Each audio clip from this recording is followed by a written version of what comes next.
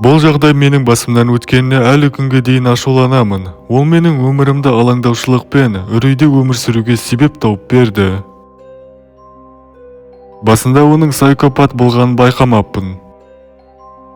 Қорқынышты әңгіменің тоқетеріне көшетін болсам, бұның бәрі қаланың сыртынан баспана сатып алуымнан басталды.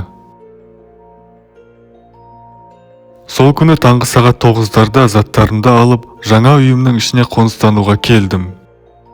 Көлігімнің ішінде өте көп заттарым болды. Енді олардың барлығын үйдің ішіне орналастыру қажет. Бірақ бір мәселе бар. Менің қолымда жаңа үйіме кіретін кілтім жоқ. Осы жерде не үшін деген сұрақ пайда болады. Бұл баспана толықтай менікі емес пе? Жоқ, олай емес. Құжаттардың бәрі менің атыма аударылды. Мүмкін тек жарты ақшасын төлеген болармын. Жоқ, олай да емес. Негізі бәрі қарапайым. Мен жай үйге кіретін өзімнің кілтімді әзірше жасамадым. Қарбаласып жүріп, бұл туралы ұмытып та кетіппін. Және ең сұмдығы ол осы қателігімді пайдаланған және өміріме үлкен уайымдаушылық әкелді. Ол дегенің кім деген сұрақ пайда болады. Ол дегенім осы мен сатып алып жатқан үйдің ескі қожайыны. Және сол кезде мен оның кілтті әкелуін күтіп отырдым. Сөйтіп көп ұзамай ол көлігімен келіп жетті. О, бауырым, сен әлдеқашан келіп алыпсың ғой. Кешігіп қалғаным үшін ренжіме.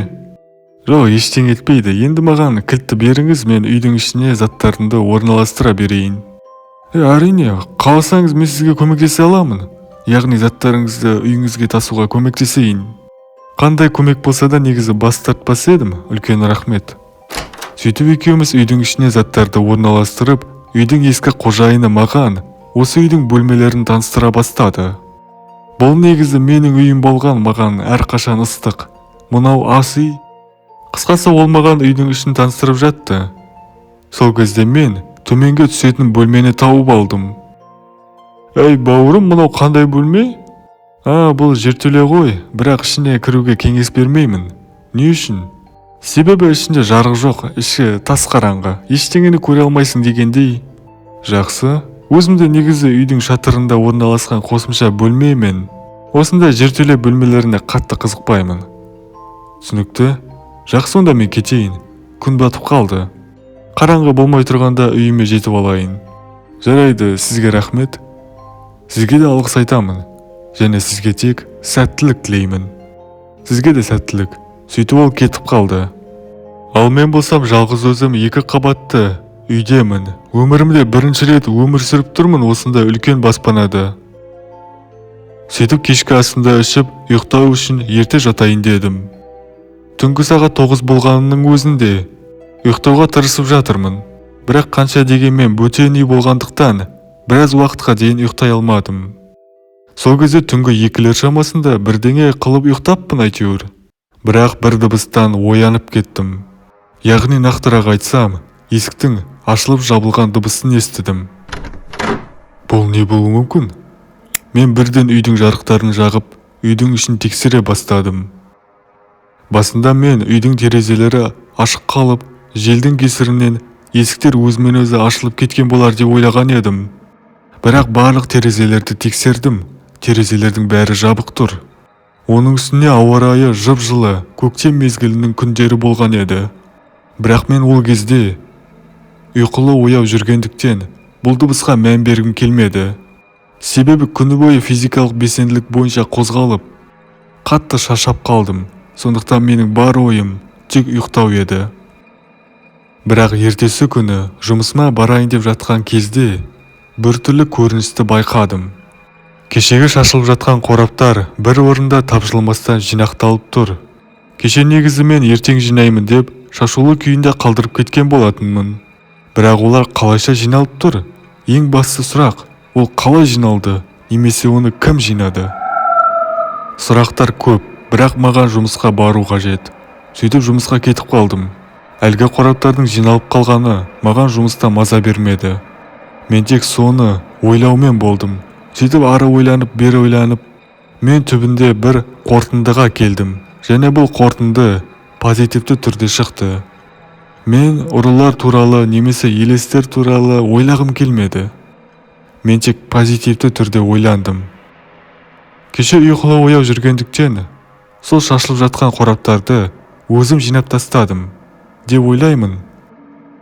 Сондықтан кеше жартылай ұйқыда болғандығымнан есіме түспей тұр.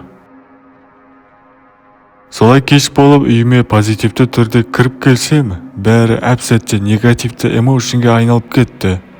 Қысқасы былай болды. Басында мен мына баспананы алғанша қуанып, тұрақты жұмысыма барып келіп жүремін, енді бәрі жақсы болады десем, жоқ, олай емес.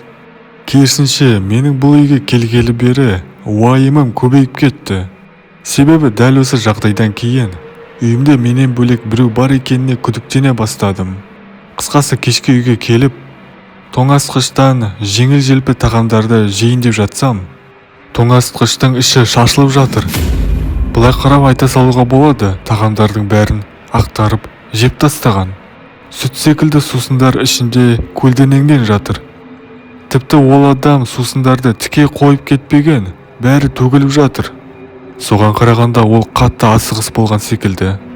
Бірақ ең қызығы, менің үйімде біреу бар секілді деген ойлар мені қорқытпады. Керісінше мен қатты ашуландым. Және ол сұмырай менің үйімде жүретін болса, мен оны ұстап алуым қажет. Бірақ мен оны басқаша ұстағым келді. Мен оны жалғыз өзім іздегім келмеді. Маған ол өз зиянын тигізуі мүмкін. Сондықтан бұл үйдің ішін түгелімен тәртіп сақшыларының тексеріп шығуын қаладым. Бірақ сақшылардың оны іздеуі үшін айғақ дәлелдері қажет. Қысқасы мен ол адамның менің үйімде жасырын жүргенін дәлелдеуім қажет. Сондықтан қолыма бірнеше камераларды алып, барлық бөлмеге дерлік камераларды орнатып тастадым. Ол қай жерде болмасын тығылып отыруы мүмкін. Қысқасы осы түні ол бәрібір шығады, бірақ мен ұйықтаған жағдайда ғана. Мен бірақ ақымақ емеспін, үйімде біреу бар екенін біле тұра ұйықтап қалатын. Сондықтан төсегімде жай жатуым қажет. Тәтті ұйқыда жатқан адамның кейпіне еніп алсам болғаны. Бірақ мен жай ойластырған едім. Шындығына келгенде мен түнде ұйықтамаймын деп жатып, ұйықтап қалдым. Күні бойы тоқтамастан жүргеннен кейін бір орында ұйықтамай жату қиын екен. Солай таңғы 8-де бірақ ояндым. Оятқышымның дыбысын естіген бойда бірден есімді жидым да камералардың бәрін жинап алдым. Барлығы 9 жерге камера қойдым. Және ол тек 9 камераның тек 3-еуіне ғана түсіпті. Ең алдымен ол ас бөлмесіне барып, тоңазытқышты ақтарып, тағамдарды шошқа секілді жеп тастады. Бірақ өкінішке орай оның бет-әлпетін көре алмадым. Екінші камерада ол сағат шамамен түнгі 3-4 шамасында менің бөлмеме келіп, маған қарап тұрумен болды. Және оның қолында суық қару бар. Ол менің бөлмемде таңғы 5 болғанша болды, содан кейін кетіп қалды. Әрине оның түрін тағы дұрыс көре алмадым, бірақ оның дене бітіміне қарап, оны ер адам деп атасам болады. Содан кейін ол үшінші, яғни соңғы камераға көрініп қалды. Және осы камера арқылы оның қайда екенін білдім. Ол жертөлеге кіріп жатыр. Сөйтсем ол осы уақытқа дейін жертөледе тығылып өмір сүріпті. Ол дәл қазір жертөледе. Оның қашаннан бері өмір сүргені белгісіз. Мен үйді сатып алғаннан бұрын ол осы үйде жасырын жүрген болуы мүмкін. Бірақ қалайша осы үйдің бұрынғы қожайыны үйінде бөтен біреу бар екенін байқамай қалды? Әлде мен шамадан тыс назар аударғыш адаммын ба? Бірақ ол адам мен ойлағаннан да өте күрделі болып шықты. Мен сөйтіп тәртіп сақшыларын шақырып, үйімдегі жасырын әрі бейтаныс адам дәл қазір мына жертөле ішінде деп айттым. Тәртіп сақшылары дереу түрде келіп жетіп, жертөлеге кіріп, әлгі адамды іздеп жүріп, ақыры тапты. Және оны жоғарға алып шыққан сәтте мен оның шынайы бет бейнесін көріп, қатты шошып кеттім. Бірінші оның бетінде бір үрейлі бетперде болды. Содан кейін бетпердесін шешкен сәтте мен қатты таңғалдым. Сөйтсе осы үйде жасырын жүрген әлгі осы үйдің қожайыны болып шықты. Мен одан осы үйді сатып алған болатынмын. Бірақ нағыз шатасу кезеңі, мен оған сұрақ қойып, бірақ ол маған жауап бермеген сәтте орын алды. Мен одан мұның бәрін неліктен істедің? Мән мағынасы неде? деп сұрадым. Бірақ ол менің бетіме күліп қарап, абақтының түбіне кете барды. Менің ойымша ол нағыз сайкопат. Олар адамдардың сезімдерімен ойнағанды жақсы көреді.